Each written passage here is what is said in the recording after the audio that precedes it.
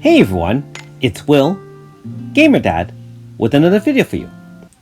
So in this video, I'm going to show you a failed attempt at taking on level 165 Uquaji, and then finally a successful run against the same Uquaji. Now if you haven't already, make sure you like and subscribe to my channel, I really appreciate it.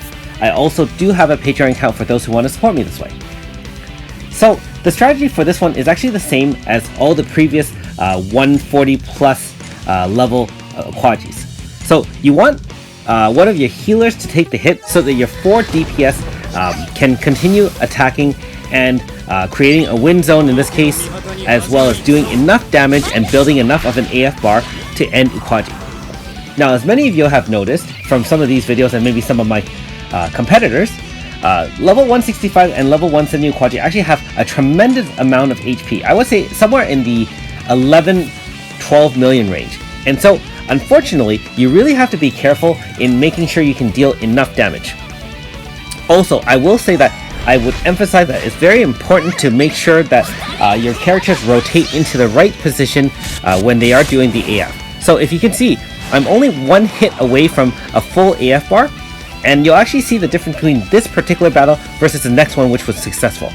So note that Morgana is actually in slot 4, being that my characters kind of died in inopportune times. And his first move is actually supposed to be High Wind Booster. Now, if he is in slot 1, being that he can start off with High Wind Booster, that means all the other attacks that is, from the other 3 characters would all be boosted 50% for the turn 1 and continuing on.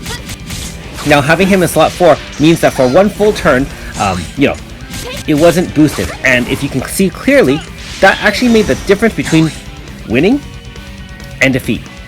So it's 10.2 million damage, so close, yet so very far away. Also note that I will show you the loadout for my successful run against Uquaji, and again, it will be the same setup as this one. However, you really need to watch the speed of Uquaji. I think at level 165, he runs around 300 speed, so your characters, especially the ones that are healing and casting shielding, must be in the 290 plus. And so make sure you have enough speed, Grasta, and or equipment to deal with that particular problem.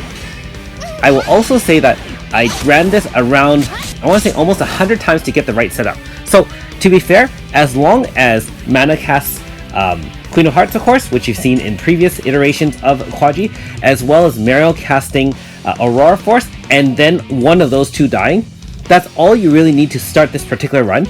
And note that, again, Mariel is in slot 1, versus Mana in slot 4.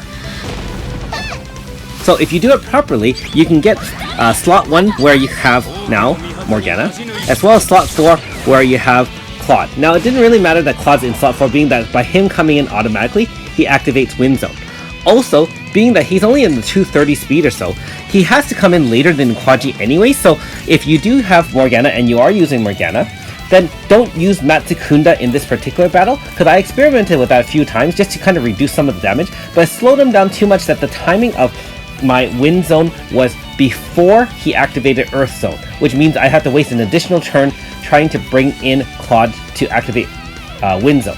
And bear in mind that if you don't have Wind Zone activated, your AF bar charging is going to be much slower than having Wind Zone active. So you can see, just like the first battle where I was unsuccessful, we have the same AF par, and I don't have any additional to get, to a full bar, being that the next one is going to be 2,000 fixed damage plus the 80 MP damage, and you can see that I will lose almost all my characters. The moveset is actually very similar to, level 155 and 160, where he starts with a single turn, physical attack, turn 2 is an elemental AoE, turn 3 is kind of black hole sucking life one, and then turn 4 is a fixed 2000, followed by turn 5 being the lightning strike that kills everyone for 10k. And just a couple more hits, we're just going to squeeze in, and that was just barely enough. So if you look at the difference in damage, 10.6 or 10.7 million versus 10.2. Now I also realized there is some RNG in that critical hits will probably make a difference, especially if you get one critical hit out of a late stage Dragon Assault from Suzette. So again, a little bit of RNG here, but main RNG is getting those 2 set up where one of the healers dies after casting what they need to do. So a very tough battle, And as I had mentioned in earlier videos, I don't like the fact that, you have to kind of get the perfect setup where one person has to die on purpose for that. But, at the end, we realize that 165, 170 kind of Uquaji is going to be a lot tougher than regular anyways, being that it's almost double the max level of you being 80 and he being 160 plus. So, there's always going to be a challenge, and, it's kind of gimmicky in terms of kind of finding ways around beating it. Okay, so I'm just showing my loadout as usual. And of course, you've seen my win team at work here. So all the same kind of Grasta. I did play around with Mana's Grasta. So I put a different Grasta on to increase speed by 10, which is the Fire Pierce Bow one. Keep in mind that that one does need a Jadeite of attack to activate. So if you don't have too many Jadeite, I wouldn't recommend upgrading that one. But I hope to show that in action in a future video when I use her on a fire team. And there's Morgana. Again, you can play around with using a heal. I opted not to use, any sort of heal. Thanks for watching.